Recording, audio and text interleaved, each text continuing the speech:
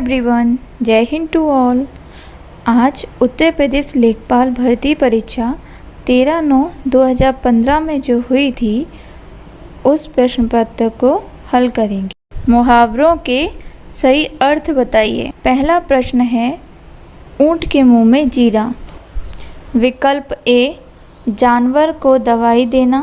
B, बड़े प्राणी को सांत्वना देना। सी, बहुत बड़े प्राणी का भोजन बनाना। डी, बहुत अधिक खाने वाले को बहुत कम देना।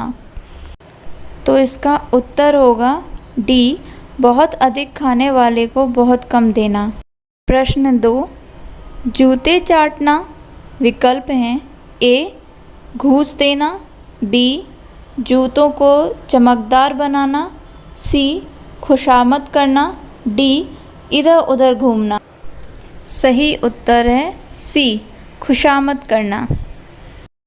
प्रश्न 3, काली घटा का घमंड घटा। प्रयुक्त पंक्ति में कौन सा अलंकार है? विकल्प हैं ए, उपमा। बी, उत्प्रेक्षा। सी, रूपक। डी, यमक। इसमें घटा शब्द का 2 बार प्रयोग हुआ है और इसके अर्थ अलग अलग हैं। पहली घटा का अर्थ है बादल और दूसरी घटा का अर्थ है कम होना, इसलिए ये यमक अलंकार है। प्रश्न 4, अखियाँ हरि दर्शन को भूखी। कैसे रहें रूप रस राची, ए बतियाँ सुनी रूखी। उपयुक्त पंक्तियों में कौन सा रस है? ए, वियोग श्रृंगार रस। बी, शांत रस। सी, संयोग श्रृंगार रस। डी, वीर रस। सही विकल्प है ए, वियोग श्रृंगार रस। प्रश्न 5, निम्नलिखित शब्दों में से तद्भव शब्द का चयन कीजिए। ए, प्रांगण। बी, उद्वेग। सी, आश्रम। डी, प्यास। तद्भव शब्द वो शब्द हैं जो संस्कृत के किसी मूल शब्द से निकले हुए हैं, तो इसका सही जवाब है डी, प्यास। प्रश्न 6, उदय शब्द का विलोम शब्द छांटिए। ए, भासित। बी, बलिष्ठ। सी, अस्त। डी, लाल। ये तो बहुत आसान सवाल है। उदय का विलोम होगा अस्त, सी ऑप्शन। प्रश्न 7, निम्नलिखित विकल्पों में से तत्सम शब्द का चयन कीजिए। जिन शब्दों को संस्कृत से बिना किसी परिवर्तन के ले लिया जाता है वे तत्सम शब्द होते हैं। ए, अटारी। बी, निष्कृष्ट। सी, गहरा। डी, तीखा। सही उत्तर है बी, निष्कृष्ट। अगला प्रश्न, प्रश्न 8, निम्नलिखित में से किस वाक्य में भविष्य काल है? ए, मैंने एक पेड़ काट लिया। बी, मैं पुस्तक पढ़ने वाला था। सी, मैं आपका आभारी हूँ। डी, मैं आपकी प्रतीक्षा करूँगा। भविष्य काल में गा, गी, गे आता है, इसलिए ऑप्शन डी, मैं आपकी प्रतीक्षा करूँगा, सही जवाब है। प्रश्न 9, वह अगले साल आएगा। इस वाक्य में कौन सा कारक है? ए, संबंध कारक। बी, अधिकरण कारक। सी, कर्म कारक। डी, अपादान कारक। अधिकरण कारक की पहचान के लिए किनारे, आश्रय, दिनों, यहाँ वहाँ, समय आदि का प्रयोग किया जाता है। जैसे इस वाक्य में साल समय के रूप में किया गया है। सही विकल्प है बी, अधिकरण कारक। निम्नलिखित वाक्यों में मोटे छपे शब्द की शुद्ध वर्तनी कौन सी है? अत्यधिक व्यस्तता से जीवन में निरस्तता आ जाती है। सही विकल्प है डी, अत्यधिक। प्रश्न 11, त्रिवेणी शब्द में कौन सा समास है? ए, बहुव्रीहि समास। बी, द्विगु समास। सी, द्वंद्व समास। डी, कर्मधारय समास। त्रिवेणी यानी 3 बेड़ियों यानी धाराओं का संगम स्थल। सही विकल्प है बी दिंगु समाज। दिंगु समास का पहला पद संख्यावाचक तथा समस्त पद समूहवाचक होता है। प्रश्न 12 विद्वान शब्द का स्त्रीलिंग क्या होगा? ए विद्वंती, बी विद्यामती, सी विद्यावंती, डी विदुषी। विद्वान का स्त्रीलिंग है विदुषी। डी विकल्प सही है।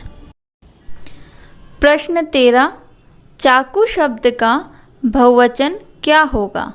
ए चाकुओं, बी चाकुओं, सी चाकू, डी चाकुएं। सही विकल्प है सी चाकू। निम्नलिखित वाक्यों में आए रिक्त स्थानों की पूर्ति कीजिए। प्रश्न 14 माता जी को विकल्प ए शुभाकांक्षा, बी प्रणाम, सी स्नेह, डी आशीर्वाद। सही विकल्प है बी प्रणाम।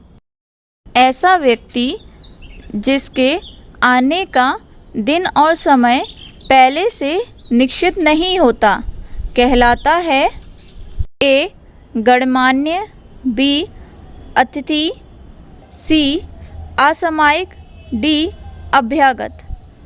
सही विकल्प है बी अतिथि। प्रश्न 16 स्वच्छ शब्द का पर्यायवाची शब्द बताइए। ए नीरज, बी नीरद, सी निर्मल, डी पंकिल। तो स्वच्छ शब्द का पर्यायवाची है निर्मल, सी ऑप्शन। निम्नलिखित प्रश्नों में अनेकार्थी शब्द दिए गए हैं। एक अर्थ शब्द के साथ ही लिखा है, दूसरा अर्थ बताइए। प्रश्न 17 प्रमथ स्वेच्छाचारी। ए प्रापीड़ित, बी परितप्त, सी उत्कृष्ट, डी उन्मत्त। सही विकल्प है डी उन्मत्त। प्रश्न 18 कनक धतूरा। कनक का अनेकार्थी शब्द क्या होगा? ए कसौटी, बी आभूषण, सी सोना, डी प्रसाद। विकल्प सी सोना। प्रश्न 19 ऋतनुसार शब्द का संधि विच्छेद क्या होगा? ए ऋत धन अनुसार, बी ऋतु धन अनुसार, सी रीत धन अनुसार, डी रीति धन अनुसार। सही विकल्प है डी रीति धन अनुसार। निम्नलिखित वाक्यों में से त्रुटियों को छांटिए। प्रश्न 20 ए मुझे कल, बी 2 किलो, सी लीची खरीदने हैं, डी कोई त्रुटि नहीं। मुझे कल 2 किलो लीची खरीदनी है। सी विकल्प में खरीदने हैं, इसलिए विकल्प सी उत्तर हो जाएगा। प्रश्न 21 ए अपने अपने किताबें, बी बस्ते में, सी डाल लो, डी कोई त्रुटि नहीं। विकल्प ए उत्तर हो जाएगा। अपने अपने किताबें की जगह अपनी अपनी किताबें होना चाहिए। निर्देश निम्नलिखित वाक्यों में से शुद्ध वाक्य का चयन कीजिए। प्रश्न 22 ए वह सप्रमाण के साथ अपनी बात बताएगा, बी वह प्रमाण के सहित अपनी बात बताएगा, सी वह सप्रमाण सहित अपनी बात बताएगा, डी वह प्रमाण सहित अपनी बात बताएगा। शुद्ध वाक्य है डी वह प्रमाण सहित अपनी बात बताएगा। प्रश्न 23 ए वह एक विदेशी महिला थी, बी एक विदुषी महिला थी, वह सी वह एक विद्वान महिला थी, डी वह एक महिला विद्वान थी। सही वाक्य है ए वह एक विदेशी महिला थी। प्रश्न 24, किसी की सहायता करने वाला। ए सहृदय, बी सहचर, सी सहाकार, डी सहायक। तो किसी की सहायता करने वाला सहायक कहलाता है। सवाल 25, भला चाहने वाला। ए पुण्यात्मा, बी हितैषी, सी सहायक, डी निस्वार्थ। सही विकल्प है बी हितैषी। Please like, share, subscribe it. Thank you.